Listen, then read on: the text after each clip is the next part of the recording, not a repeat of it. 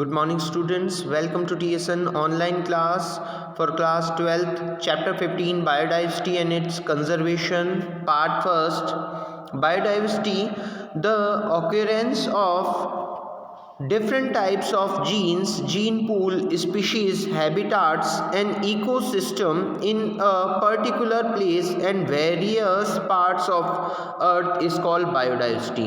Okay students, so biodiversity की ये definition है. बायोडाइवर्सिटी क्या होती है? Diversity of organism means different type के एनिमल एंड डिफरेंट टाइप के plants. Okay, the term biodiversity was given by Edward Wilson. Okay, biodiversity is divided into three levels of biological organization. First is genetic diversity, second is species diversity and third is ecological diversity.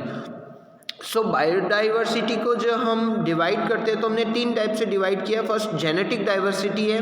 अगर organism है, कोई plant है, animal है, उसकी genetic material में थोड़ा सा change हुआ, उसकी एक नई जो है नया वैरायटी उसमें चेंज आ गई, सो ये बायोडाइवर्सिटी को बहुत ज़्यादा बढ़ा देते हैं. तो इस डाइवर्सिटी को हम कहते हैं genetic diversity. Okay, it is the measure of variety in genetic information contributes in the organism over its distribution range.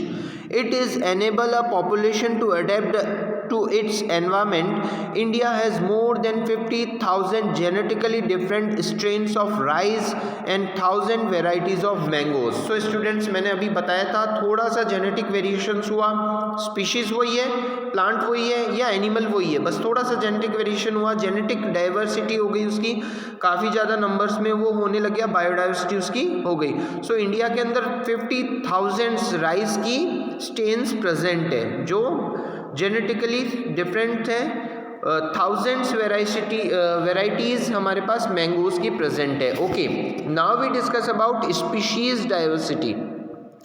It is a measure of the variety of species and these relative abundance percent within a region. For example, the Western Ghat have amphibian species diversity than the eastern Ghat. So species एक plant की या एक animal की different types की species जो present होती है उसे हम स्पीशीज़ बायोडाइवर्सिटी कहते हैं. सो एग्जांपल यहाँ दे रखा है, वेस्टर्न घाट पे एम्फीबियंस की बायोडाइवर्सिटी बहुत ज़्यादा है कंपैरिजन में, ईस्टर्न घाट के कंपैरिजन में वेस्टर्न घाट पे ज़्यादा है.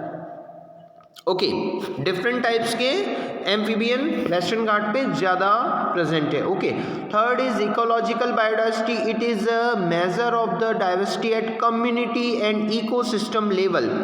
They represent the local unique habitat and regional components of species diversity. For example, ecological diversity is greater in India than Scandinavian country. Okay, so student, ecological diversity means different type के ecological part present होने के कारण वहाँ पे animals की या plant की diversity present है. सो हम यहाँ कंपेयर कर रहे हैं इंडिया और अदर फॉरेन कंट्री की, तो इंडिया में डिफरेंट टाइप्स के इकोलॉजिकल हैबिटेट प्रेजेंट है. राइट, आप देखते हो यहाँ पे इकोटोन एरिया भी प्रेजेंट है. मीन्स दो ऐसे बायोम यहाँ मिल सकते हैं जो एक दूसरे से टच है. राइट, डेजर्ट भी है और पास में ही आपको माउंटेन्स भी मिल जाएंगे, ग्रासलैंड्स भी मिल जाएंगे. सो इस टाइप के जो इकोटोन्स है या इस टाइप के जो बायोम है या हैबिटेट्स हैं, इनमें डिफरेंट टाइप की इकोलॉजिकल डाइवर्सिटी प्रेजेंट है. Now a question, what do ecologist estimate the total number of species present in the world. तो पूरे वर्ल्ड में इकोलॉजिस्ट किस टाइप से स्पीशीज के नंबर को, टोटल नंबर को काउंट करते हैं. Right, okay, total number of species ecologist estimate करते हैं. There are two methods to estimate the total number of species present in the world. First, by estimating the rate of discovery of new species. क्या rate है नई species की discovery की. And second, बायोस्टैटिकल जितने भी formulas होते हैं उनका यूज करके क्या करते हैं स्टूडेंट्स, इकोलॉजिस्ट एस्टिमेट करते हैं total number of species. So by statistical comparison of temperate tropical species, richness of an exhaustively studied group of insects and extrapolate the ratio to the other group of animals and plants to come with a gross estimate of number of species on earth. Okay, so first process क्या था?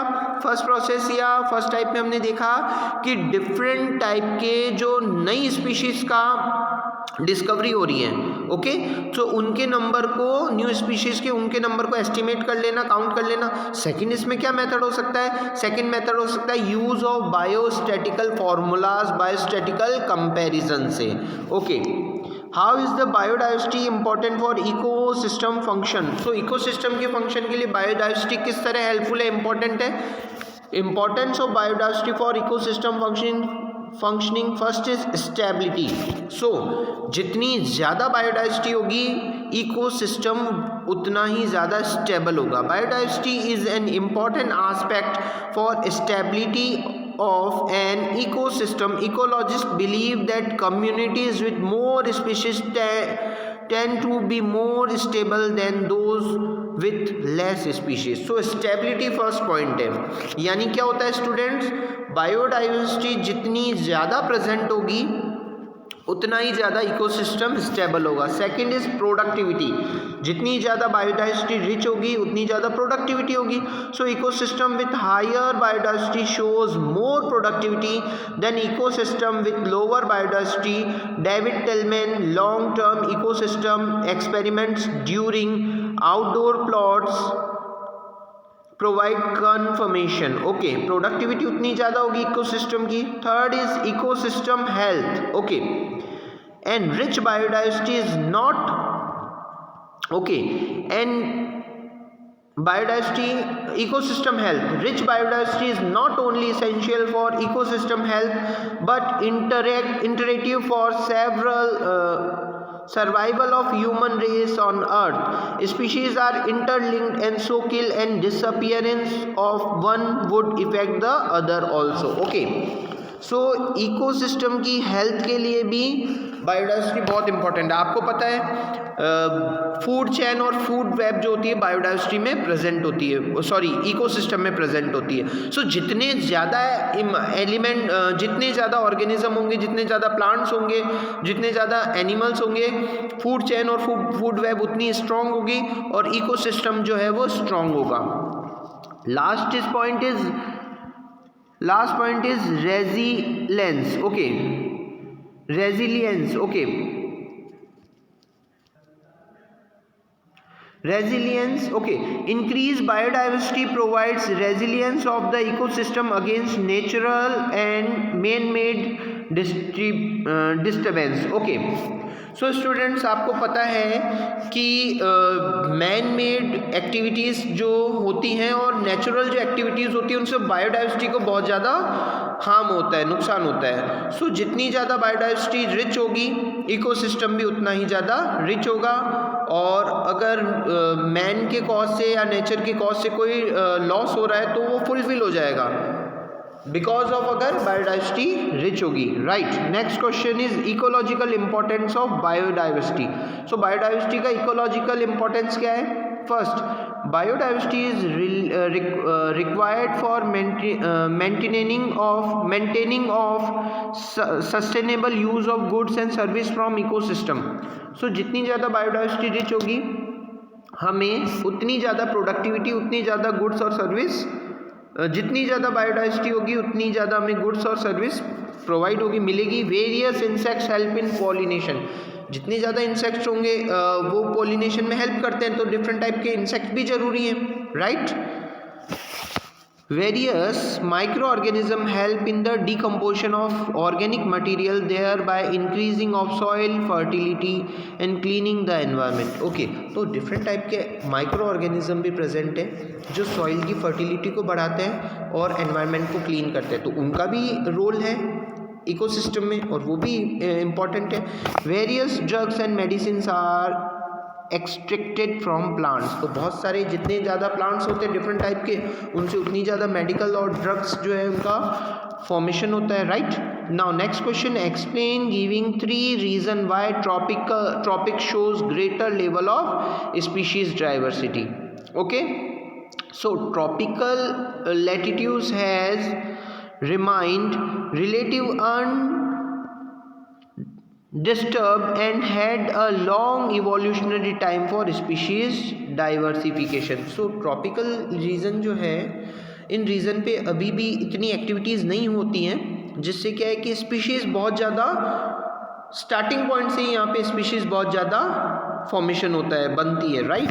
Tropical environment has less sessional variations. Tropical environment पे sessional जो variations होते हैं बहुत कम होते हैं. More consistent predictable environment conditions. This promotes niche specialization for greater species diversity. इसी रीज़न से वहाँ बहुत ज़्यादा बायोडाइवर्सिटी है. There are more availability of solar energy which contributes to higher productivity. बहुत ज़्यादा सोलर एनर्जी है, सो यहाँ पे हायर प्रोडक्टिविटी भी प्रेजेंट है. Mention the kind of diversity of more than 1000 variety of mangoes in India. How is it possible. So question हमें ये कह रहा है कि जो 1000 से जो ज़्यादा वेराइटीज़ मैंगोज की है वो कौन सी डाइवर्सिटी है और ये क्यों है, राइट, किस टाइप से पॉसिबल है. तो 1000 varieties of mangoes represent genetic diversity. ये कौन टाइप की डाइवर्सिटी है, जेनेटिक डाइवर्सिटी है. मींस जेनेटिक मटेरियल में थोड़ा सा चेंज है, देन इसके जो प्लांट्स ग्रो होते गए, बनते गए और ये डाइवर्सिटी आ गई. काफ़ी ज़्यादा नंबर्स में हमारे पास ये प्लांट्स प्रेजेंट है. 1000 varieties of mangoes represent genetic diversity first.